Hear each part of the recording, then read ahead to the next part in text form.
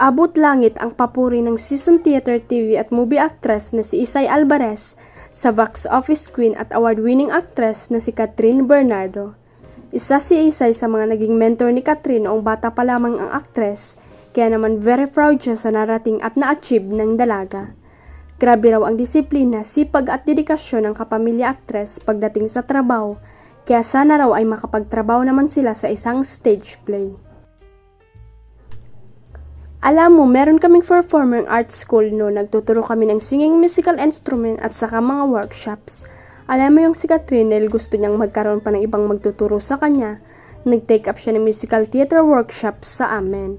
And I was one of the teacher. Ako ay isa sa mga mentors. Bata pa siya noon and I was really impressed by her talent. Ginagaya na raw ni Barbie Imperial ang estilo ni Sara Labati, sabi ng ilang netizen. Usap-usapan ngayon ng mga netizen na para umalong ginagaya ni Barbie Imperial ang estilo ni Sara Labati. May naging reaksyon naman sa mga komento ang nanay ni Sara na si Esther Labati.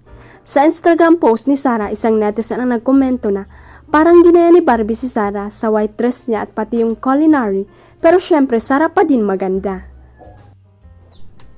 Nakiayo naman ang ilang followers ni Sara. True lahat na lang ginagaya kay Sara, smile post, habi, super copycat lol. Oo nga pati smiley Barbie ginagaya kay Sara, ano ba yun? Pero may isang netizen ang nagtanggol kay Barbie at sinabing, hahaha, bakit pag mamay-ari ni Sara ang color white, diba? Pwedeng mag-white si Barbie. Pwede naman siyang mag-white. Kaso obvious naman na ginagaya niya si Sara. Hindi naman yung white dress issue dito kundi nanggagaya si Barbie.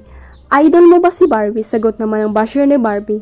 Sa gitna ng mga komentong ito, nag-react naman ang nanay ni Sara Labati ng 3 laughing emojis.